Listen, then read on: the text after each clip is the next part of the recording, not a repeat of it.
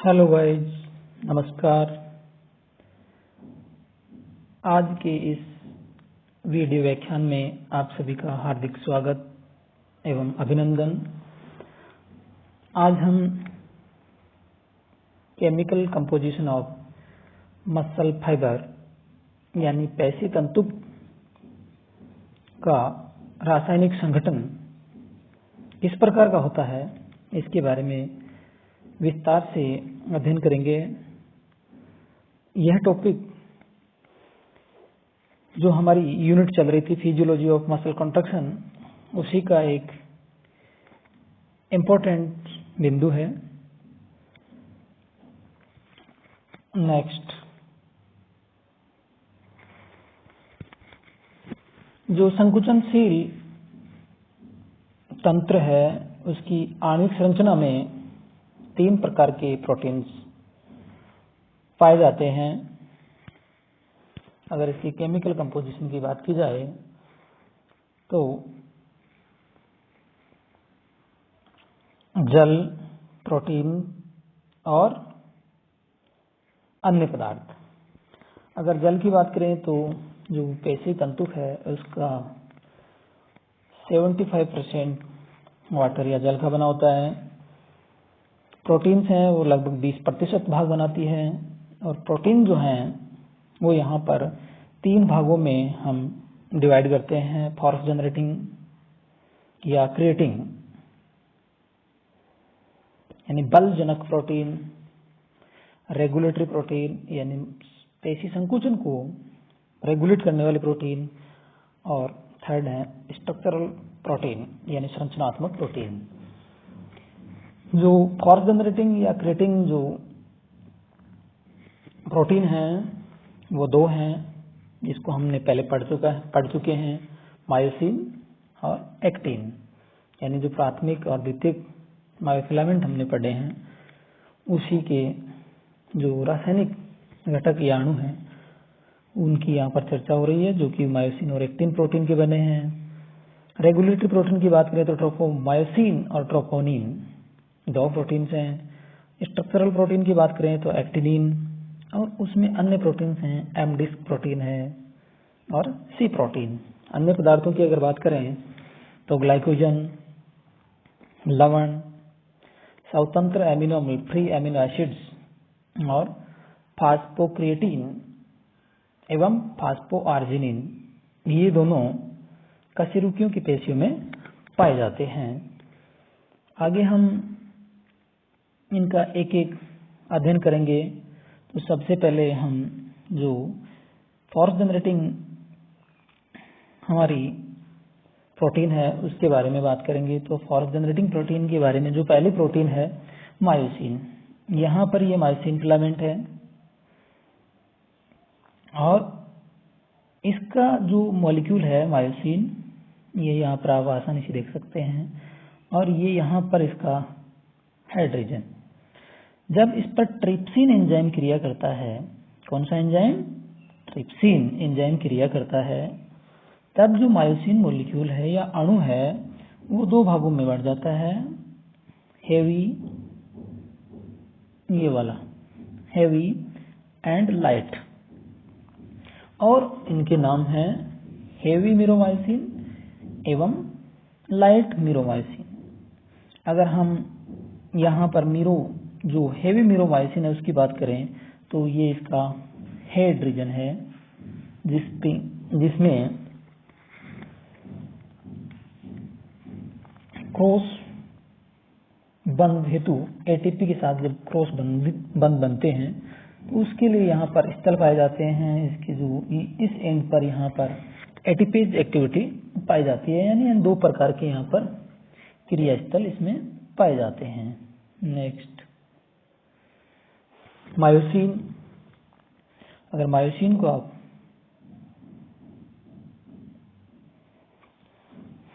देखें तो मायोसिन प्राथमिक जो मोटे मायोफिलामेंट हैं उनका निर्माण करता है। पूरे पेशी तंतु के प्रोटीन का लगभग आधा भाग, कितना? आधा भाग मायोसिन का बना होता है, और इसका अणुभार 5 लाख होता है। ये अल्फा कुंडलित प्रोटीन है, और मायोसिन की आकृति वो टेडपोल के समान है। प्रत्येक अणु की जो लंबाई है वो 500 एंगस्ट्रॉम, व्यास 20 से 40 एंगस्ट्रॉम। मायोसिन प्रोटीन अपघटनीय एंजाइम, जो कि मैंने आपको बता दिया है कौन सा, प्रोटीन अपघटनीय एंजाइम ट्रिप्सिन द्वारा कितने भागों में बांटा जा सकता है या विभक्त हो जाता है? 2, LMM and HMM, light meromyosin और हेवी मीरोमायोसिन। हेवी मीरोमायोसिन, इसका अणुभार 3.5 लाख, लंबाई 300 एंगस्ट्रॉम और इस पर एक ग्लोबुलर सिर होता है, यानी सिर वो मैंने आपको बता दिया है कैसा होता है, गोलाकार का होता है। इस भाग में 2 क्रियास्थल जो मैंने आपको अभी बताए हैं, जो अनुप्रस्थ सेतु के रूप में, अनुप्रस्थ सेतु का दूरस्थ भाग जो डिस्टल एंड है वो एटीपी अणु से जुड़ा होता है। किससे जुड़ा होता है? एटीपी से, तथा एक एक्टिन के साथ बंधुता दर्शाता है, यानी ये एक्टिन के साथ बंध बनाता है और ये भाग एक्टिन के साथ मिलकर के एक कॉम्प्लेक्स का निर्माण करते हैं, दैट इज कॉल्ड एक्टोमायोसिन कॉम्प्लेक्स। अनुप्रस्थ सेतु का समीपस्थ जो भाग है, यानी जो प्रॉक्सिमल एंड है, उसमें क्या पाया जाता है? एटीपेज एंजाइम का क्रियास्थल, या एटीपेज एंजाइम का क्रियास्थल, जो एटीपी को क्या करने की क्षमता रखता है? एटीपेज क्या करता है? एटीपी को तोड़ता है या अपघटित कर सकता है। पेशीय संकुचन के समय इस स्थान पर एटीपी से क्या बनते हैं? एडीपी एवं अकार्बनिक फॉस्फेट, यानी पीआई। LMM यानी लाइट मीरोमायोसिन, लाइट मीरोमायोसिन, ये दूसरा भाग, मायोसिन का दूसरा भाग हल्का मीरोमायोसिन कहलाता है। ये छड़ की आकृति का होता है, इसकी लंबाई 1000 एंगस्ट्रॉम, व्यास जो है 15 से 20 एंगस्ट्रॉम और आणविक भार 1.5 लाख होता है। नेक्स्ट, ये यहाँ पर पतले मायोफिलामेंट के 3 मुख्य प्रोटीन, इसके पतले मायोफिलामेंट जो अभी हम पढ़ेंगे। पहला प्रोटीन कंप्लीट, जो हमारा फोर्थ जनरेटिंग प्रोटीन है, उसका पहला प्रोटीन कौन सा था? मायोसिन। नेक्स्ट है एक्टिन, यहाँ पर हम एक्टिन की बात कर रहे हैं। किसकी बात कर रहे हैं? एक्टिन। अगर आप इसको देखें तो यहाँ पर रहेगी एक्टिन, ट्रोपोमायोसिन एंड ट्रोपोनिन। देखिए ये यहाँ पर जी एक्टिन है, कौन सी है? जी फॉर यहाँ ग्लोबुलर, ये ग्लोबुलस यानी गोलाकार प्रोटीन्स है। कौन सी है? गोलाकार। ये मिलकर के क्या बनाती है? एफ एक्टिन बनाती है। ये हेलिकल है, एक हेलिकल, ये वाली दूसरी, ये तो ये यहाँ पर आपस में लिपट करके एक हेलिकल टाइप स्ट्रक्चर बनाती है। और ये यहाँ पर ट्रोपोमायोसिन है। कौन सी है? ट्रोपोमायोसिन है। ये ट्रोपोनिन है, यानी actin, tropomyosin and troponin. Actin, tropomyosin, troponin, तीनों आ गई। ये यहाँ पर ट्रोपोमायोसिन और ये यहाँ पर ट्रोफोनिन। और ट्रोफोनिन भी 3 प्रकार की है, ट्रोफोनिन सी, ट्रोफोनिन आई एंड ट्रोफोनिन टी। TIC किसके पार्ट है? ट्रोपोनिन सी, ट्रोपोनिन आई और ट्रोपोनिन टी, यानी किस प्रकार से व्यवस्थित होते हैं। यहाँ पर आपने जी एक्टिन पॉलीमराइजेशन के द्वारा किसमें बदल गए? एफ एक्टिन, और इनके साथ ही ट्रोपोमायोसिन, ट्रोपोनिन जुड़ी हुई है। यहाँ पर आप इसको देख सकते हैं, ट्रोपोनिन है, ये यहाँ पर क्या है? ट्रोपोमायोसिन है। और ये जो ग्लोबुलर है, ये एफ एक्टिन में बदली हुई आपकी एक्टिन प्रोटीन है। नेक्स्ट, एक्टिन, देखिए इसका अणुभार 42,000। एक्टिन 2 अवस्थाओं में मिलता है। कितनी अवस्थाओं में मिलता है? एक्टिन कितनी अवस्थाओं में मिलता है? 2 अवस्थाओं। कितनी अवस्थाओं में? 2 में। कौन कौन सी हैं? G and F. G for globular, F for fibrous, F for fibrous.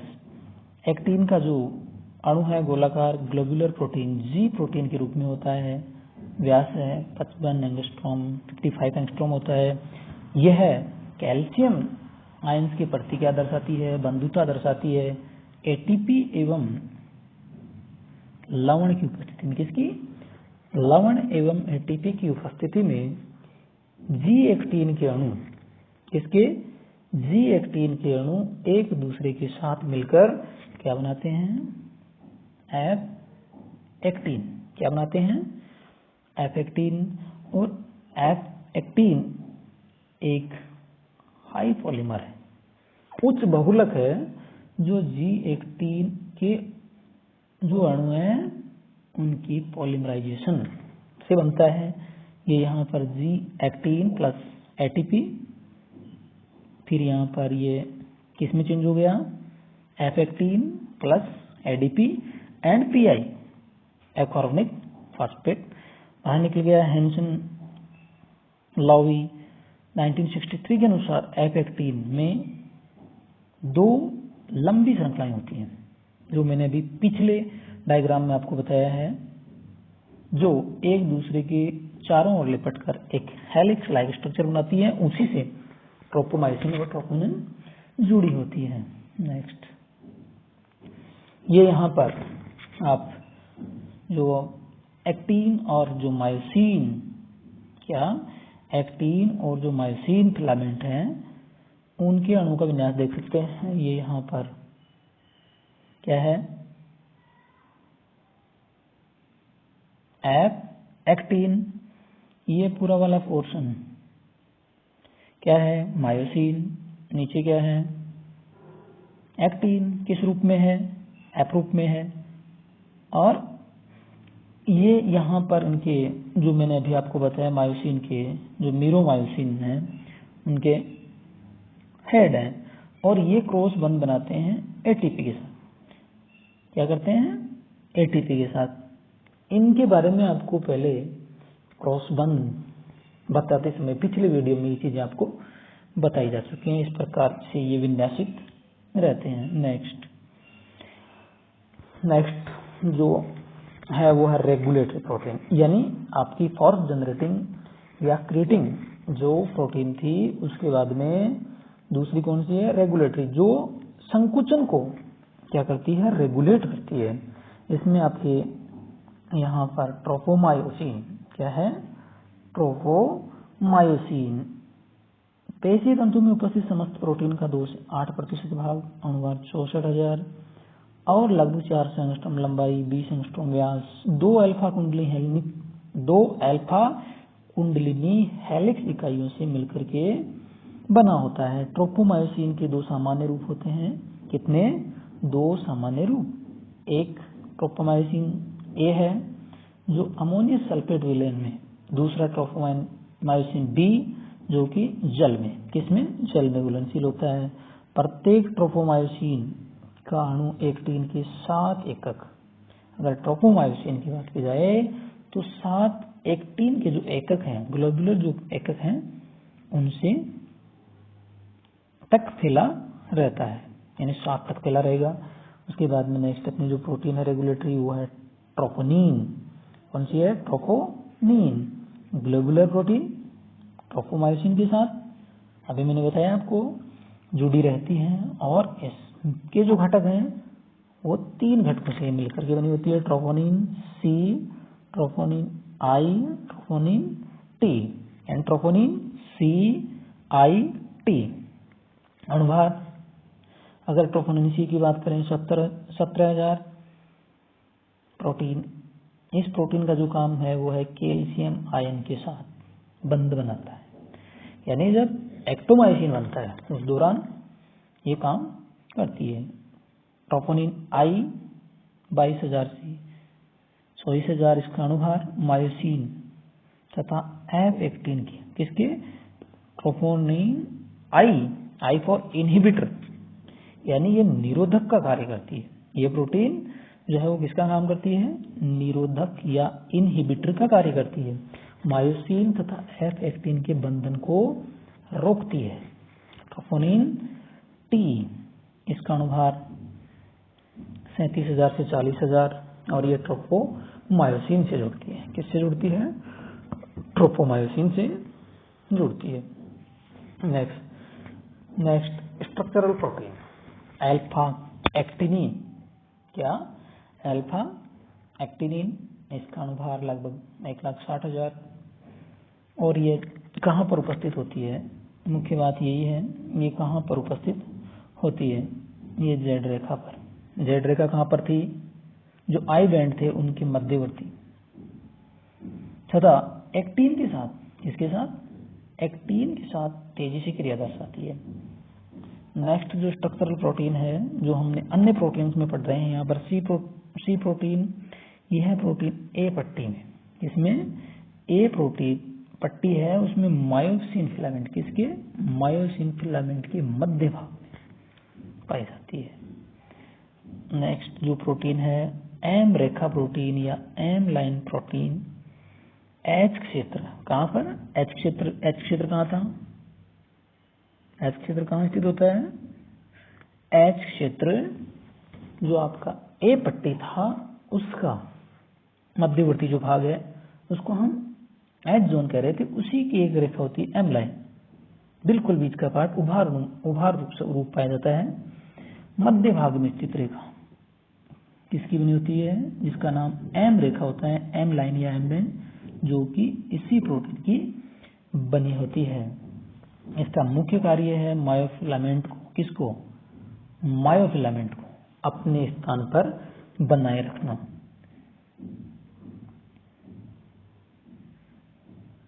इस प्रकार से आज हमने जो chemical composition of muscle fibre या जो संकुचनशील आणविक तंत्र है उसमें पाए जाने वाले जो अणु हैं वो कौन कौन से हैं, उनका क्या काम है और किस प्रकार से व्यवस्थित रहते हैं, उनके बारे में अध्ययन किया।